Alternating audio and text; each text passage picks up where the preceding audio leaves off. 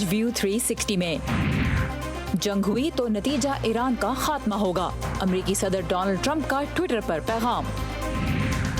भारत के इंतखाबी मैदान में उतरने वाले मारूफ खिलाड़ी क्या बाजी मार सकेंगे? एज अ मुसलमान क्या हम भी अपनी मस्जिदें इन लोगों के लिए खोलेंगे? और अमेरिकी रियासत मैसाचुसेट्स का एक चर्च जहां जुम्मे की नमाज अदा की जाती है। वॉइस ऑफ अमेरिका के वाशिंगटन स्टूडियो में आप सबको खुशामदीद। व्यू 360 के साथ मैं हूँ सारा जमान।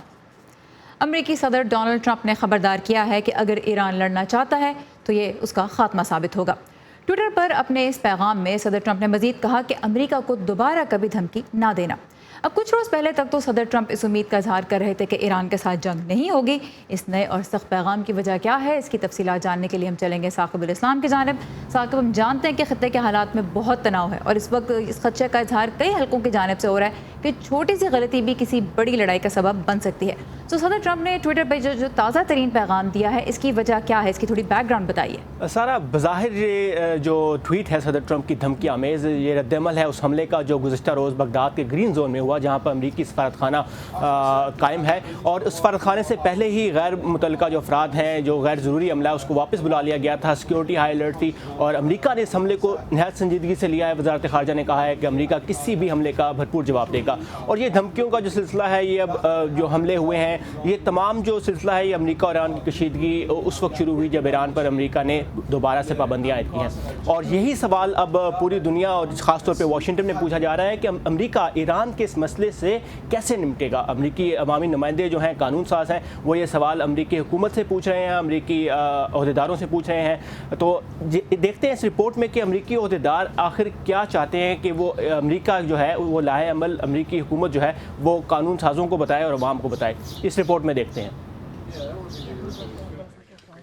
ट्रंप इंतजामिया अपने अल्फाज और इक़दामात दोनों से ईरान और इसकी हमायतियों के बारे में खबरदार करती आई है।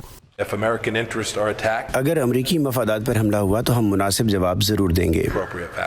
लेकिन अमरीकी कानून साज मजीद मालूमात का मुतालबा कर रहे हैं। मैं स्टेट डिपार्टमेंट और महकमा दिफा पर जोर दूंगा कि वो यहाँ आएं और ये बताएं कि क्या हो रहा है, क्योंकि मुझे अखबार के अलावा नहीं मालूम कि खतरा क्या है। हमें वजाहत और जवाबात चाहिए और अभी चाहिए। सेनेटर रॉबर्ट मेंडिस को साल 2003 में इराक पर अमरीकी हमले से पहले की सूरत हाल दोहराए जाने का खदशा है। हमें इराक के बड़े पैमाने पर तबाही फैलाने वाले हथियारों जैसा वाक़या नहीं चाहिए, जिसके बायस हम बदतरीन अमरीकी जंग में दाखिल हुए जहां इन हथियारों का कोई वजूद नहीं था। और इराक में अमरीकी अफवाज के एक साबका कमांडर का मशवरा है कि ईरान में हुकूमत की तब्दीली की बजाय ईरान के रवैये को तब्दील करने की कोशिश करनी चाहिए। मेरा नहीं ख्याल कि हमले का कोई संजीदा मंसूबा ज़ेरे गौर है। अब तक हमें समझ जाना चाहिए था, खास तौर से अरब स्प्रिंग के बाद के हुकूमत की तब्दीली के बाद हालात हमेशा हमारी ख्वाहिश के मुताबिक नहीं होते। फिलहाल हुक्मरान जमात के अराकीन ईरान के साबका रवैये के बायस ट्रंप हुकूमत की हमायत कर रहे हैं। मैं खित्ते में फौजी ताकत बढ़ाने के फैसले की हिमायत करता हूँ। इससे ईरान को पैगाम जाएगा कि अगर वो साल 2004, 2005 या 2006 जैसे इक़दामात की कोशिश करेंगे, जब उन्होंने इराक में हमारे हजारों फौजियों को हलाक और जख्मी कर दिया था, लेकिन अब हमारे पास उन्हें जवाब देने की तैयारी है।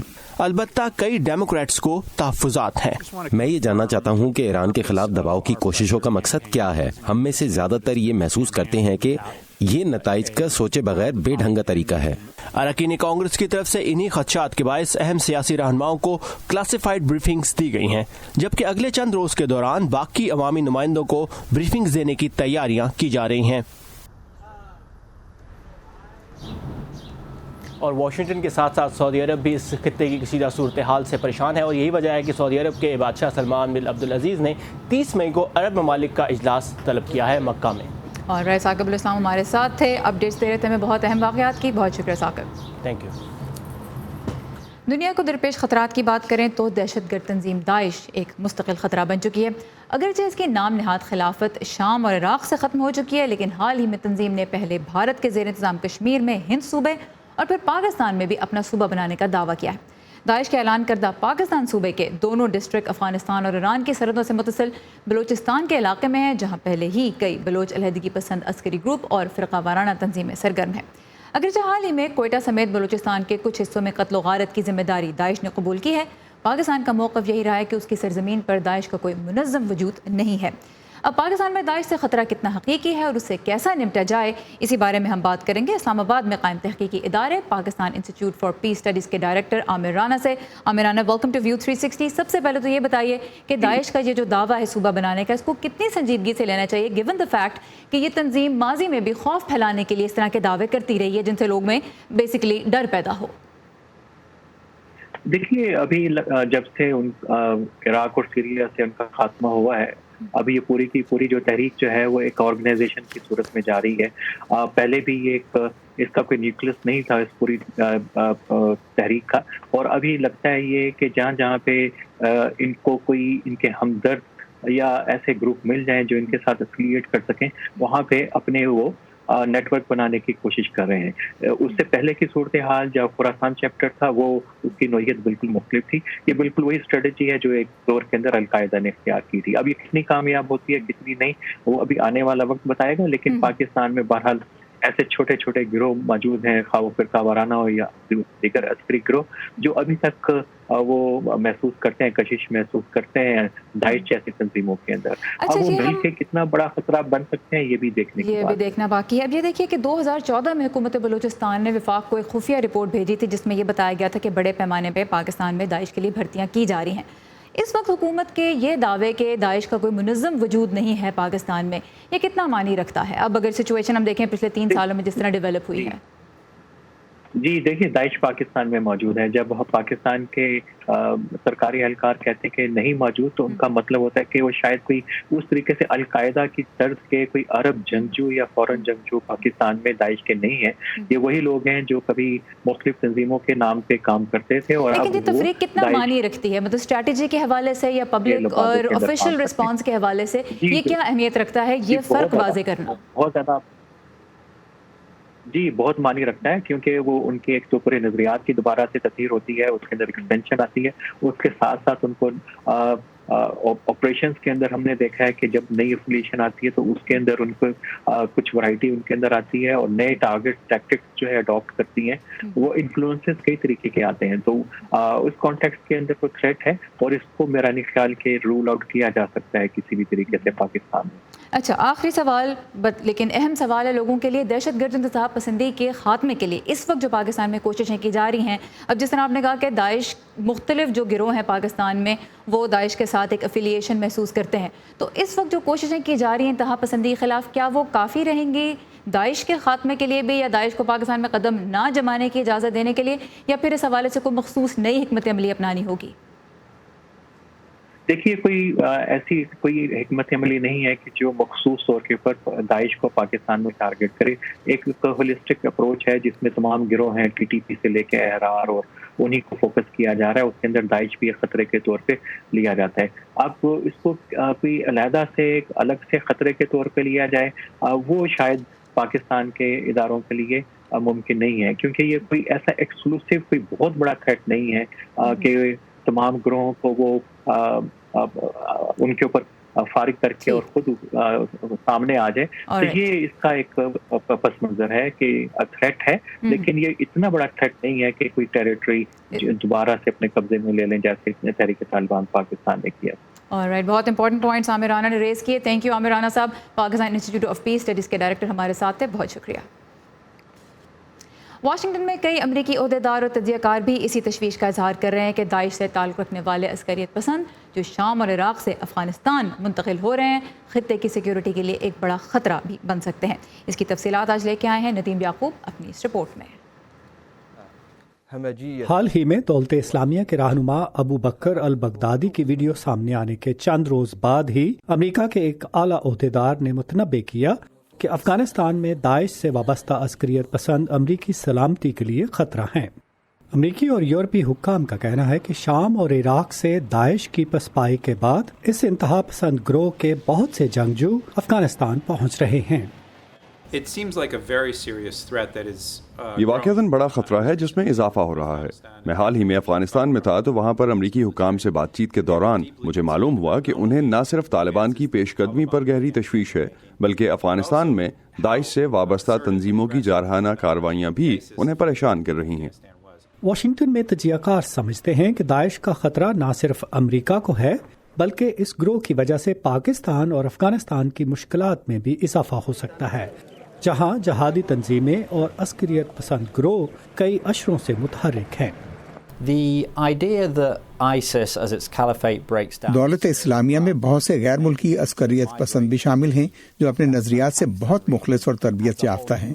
तो ये तशवीश जायज़ है क्योंकि अफगानिस्तान में कानून की अमलदारी कमज़ोर है, तो ऐसे में दाइश के सैकड़ों या हज़ारों जंगजुओं की मौजूदगी पूरे खित्ते की सिक्योरिटी के लिए खतरे का बायस बन सकती है।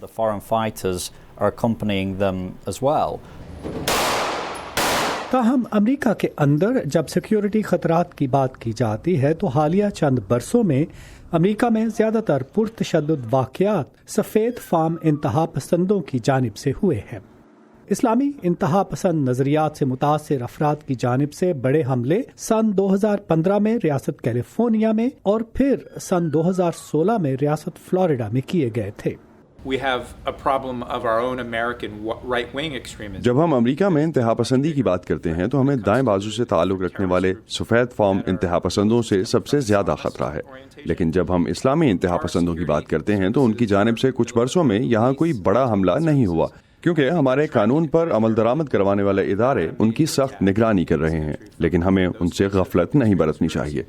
अब जबकि अमेरिका तालिबान के साथ मुज़ाकरात के अमल में मसरूफ़ है, बेशतर तजियाकार समझते हैं कि अमेरिका जब अफगानिस्तान से अपनी अफवाज वापस बुला लेगा तो वहाँ सिक्योरिटी के मसाइल बढ़ेंगे और इस सूरत हाल में तालिबान, दाइश और दूसरे अस्करियत पसंद ग्रोह मज़ीद मुतहर्रिक और मजबूत हो सकते हैं। नदीम याकूब, उर्दू VOA, वाशिंगटन। भारत के पार्लिमानी इंतखाबात मुकम्मल होने के बाद मुख्तलिफ मीडिया इदारों की जानिब से पेश किए जाने वाले एग्जिट पोल्स मोदी हुकूमत की वापसी का इशारा दे रहे हैं। भारत के ऐवान ज़ेरी या लोकसभा की कुल 545 नशस्तें हैं। हुकूमत साजी के लिए कम अज़ कम 273 नशस्तों की ज़रूरत होगी। 5 एग्जिट पोल्स ये जाहिर कर रहे हैं कि बीजेपी का इत्तेहाद 287 से 305 सीटें हासिल कर सकता है, जबकि कांग्रेस की क़यादत में कायम इत्तेहाद ज़्यादा से ज़्यादा 128 सीटों पर कामयाब होता दिखाई दे रहा है। अब 23 मई को इंतखाबात के नताइज जारी हो जाएंगे और तभी ये पता लगेगा कि एग्जिट पोल्स कितने दुरुस्त थे। इस मरतबा भारत के इंतखाबात में खेल के दुनिया के कई नामवर सितारे भी किस्मत आजमाने के लिए उतरे। क्रिकेटर्स तो पहले भी भारत की सियासत में आए हैं, लेकिन इस मरतबा कौमी सतह के कई और खिलाड़ी और ओलंपिक एथलीट्स भी बाजी मारने की कोशिश कर रहे हैं। दिल्ली से ऋतुल जोशी बता रही हैं कि खेल के मैदान में कामयाबी हासिल करना सियासत में आगे निकलने के लिए कितना मददगार हो सकता है। भारतीय क्रिकेट टीम के साबिक कप्तान गौतम गंभीर आजकल एक नई पिच पर बल्लेबाजी कर रहे हैं। दिल्ली की ईस्ट दिल्ली कॉन्स्टिट्यूएंसी से बीजेपी के उम्मीदवार गौतम, अजहरुद्दीन, नवजोत सिंह सिद्धू और चेतन चौहान जैसे क्रिकेटर्स की तरह सियासी इनिंग्स की तलाश में हैं। लेकिन ये खेल इतना आसान नहीं है। जब आप लोगों के बीच में जाते हो किस तरीके की प्रॉब्लम्स है, अगर आप देखिए डे टू डे प्रॉब्लम, चाहे वो पानी की प्रॉब्लम हो, चाहे वो बिजली की प्रॉब्लम हो, चाहे वो ओवरऑल हाइजीन की प्रॉब्लम हो, चाहे वो वुमेन सिक्योरिटी की प्रॉब्लम है, ये बहुत डिफरेंट प्रॉब्लम्स हैं एज कम्पेयर टू क्रिकेट की प्रॉब्लम्स। क्रिकेट की प्रॉब्लम्स कुछ भी नहीं है पॉलिटिक्स के सामने। गौतम गंभीर की स्टार वैल्यू लोगों को खींचती जरूर है, लेकिन कुछ मायनों में ये उनके खिलाफ भी जाती है। ये अपना अभी भी कमेंट्री कर रहे हैं, IPL कमेंट्री छोड़ के आए हैं जी, तो ये इनसे हम कहाँ मिल पाएंगे जी। हमें अपना जो लोकल आदमी होगा उस पर ज़्यादा भरोसा है। क्रिकेट में उनने बहुत अच्छा किया है, इसलिए वो आज अगर राजनीति में आए हैं तो उसी हिसाब से राजनीति को भी ऊपर लेके जाएंगे। नहीं, वो क्रिकेटर बहुत अच्छे हैं, लेकिन वो जिस पार्टी से लड़ रहे हैं उस पार्टी की मानसिकता क्या है, उसकी मेंटलिटी क्या है, फिर उनकी अपनी 5 साल की उपलब्धि क्या है। कांग्रेस ने भी ओलंपिक में भारत को बॉक्सिंग का पहला सिल्वर मेडल दिलवाने वाले चैंपियन बॉक्सर विजेंदर को मैदान में उतारा है। विजेंदर साउथ दिल्ली सीट से अपना पहला सियासी मैच खेल रहे हैं। मैं लड़ दूंगा, लड़ना मैंने सीखा है, मैं लड़ाई करके यहाँ तक पहुँचा हूँ।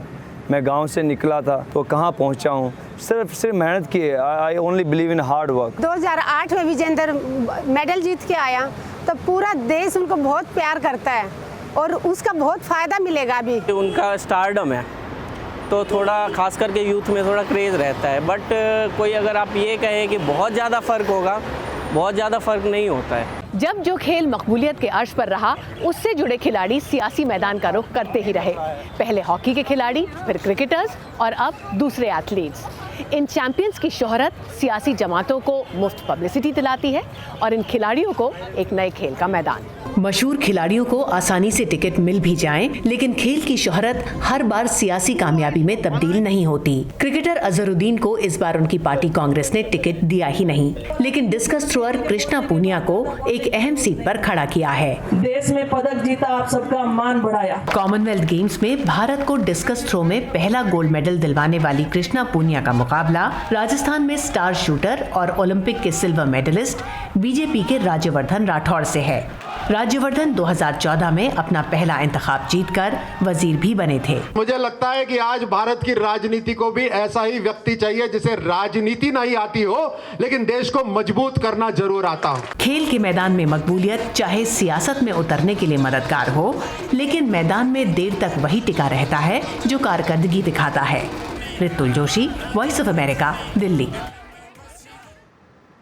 पाकिस्तान समेत दुनिया भर से अहम खबरों के लिए आइए हमारी वेबसाइट urduvoa.com पर, और अगर हमारी वेबसाइट पर लॉग ऑन करने में आपको कोई मुश्किल पेश आ रही है तो facebook.com/voa उर्दू का पेज हर वक्त आपके लिए हाजिर रहता है, जहाँ हम आपके लिए लाइव न्यूज़ बुलेटिन भी लेके आते हैं और उसके अलावा अहम शख्सियात के साथ लाइव इंटरव्यूज़ भी।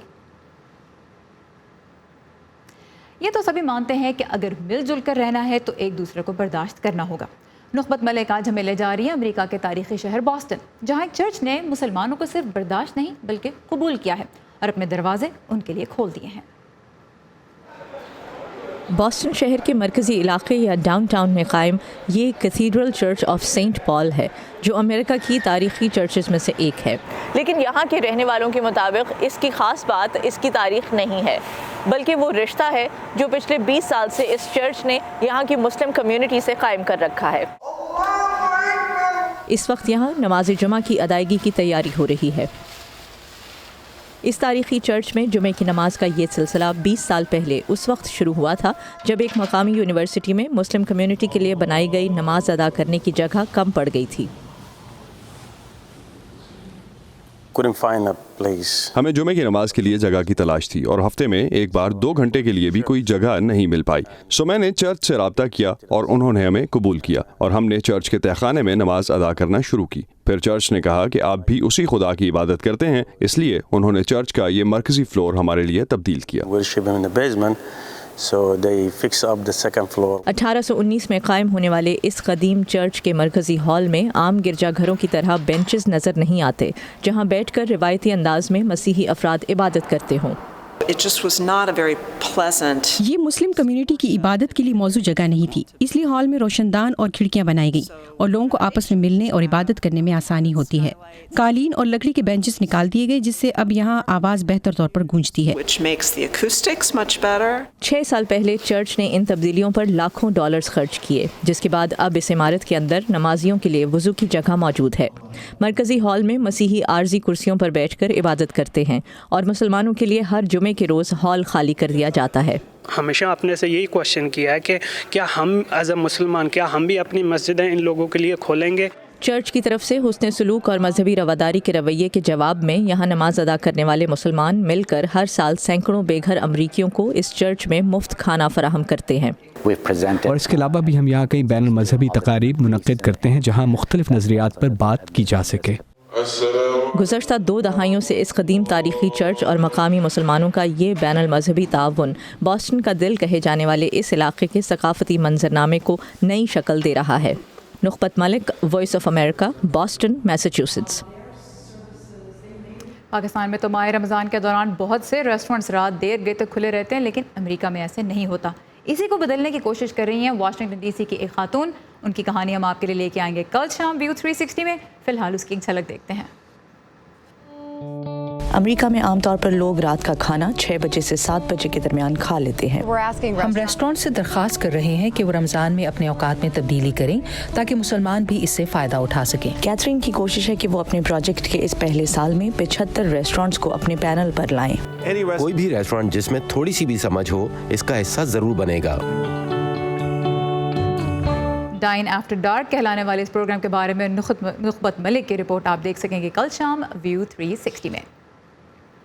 امریکہ میں ایک کالج کے طالب علموں کو گریجویشن کے موقع پہ ملا زبردست سرپرائز، جب تقریب سے خطاب کرنے والے نے ان کا لاکھوں ڈالر کا تعلیمی قرضہ خود ادا کرنے کا اعلان کیا۔ ارب پتی انویسٹر رابرٹ اسمتھ نے امریکی ریاست جارجیا میں سیاہ فاموں کے تاریخی مور ہاؤس کالج کی سالانہ گریجویشن تقریب سے خطاب کے دوران 400 طالب علموں کا قرضہ خود ادا کرنے کی خوشخبری سنائی۔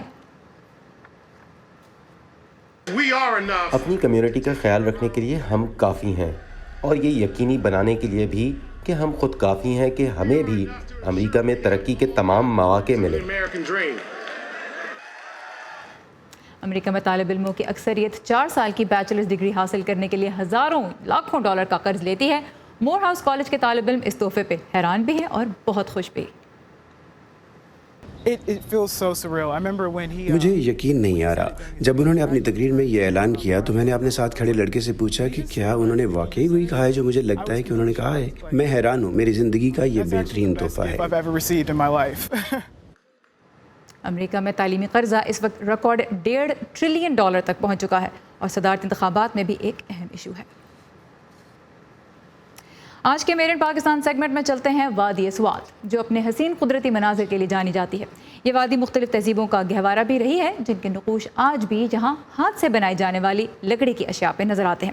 سوات سے آج اشرف خان بتا رہے ہیں کہ لکڑی سے فرنیچر اور دیگر اشیاء بنانے کی اس مقامی صنعت میں اب غیر ملکی لکڑی زیادہ استعمال کی جا رہی ہے تاکہ جنگلات کا تحفظ بھی ممکن ہو سکے۔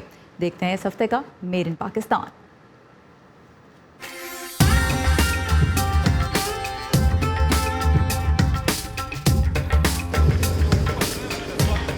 لکڑی پر کندکاری کر کے مختلف فرنیچر اور فن پارے تیار کرنا سوات کی صدیوں پرانی پہچان ہے۔ اس کا تصور گندھارا تہذیب سے لیا گیا ہے، جس میں پتھروں پر مختلف نقش اور مجسمے بنائے جاتے تھے۔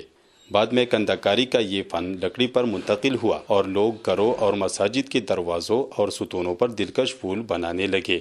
اس کی ایک خوبصورت مثال خواجہ خیلہ میں موجود 400 سال پرانی اس مسجد میں بھی پائی جاتی ہے۔ اس مسجد میں بھی لوگ زیادہ تر مہمان جو آتے ہیں وہ اس مسجد کو دیکھنے کے لیے آتے ہیں۔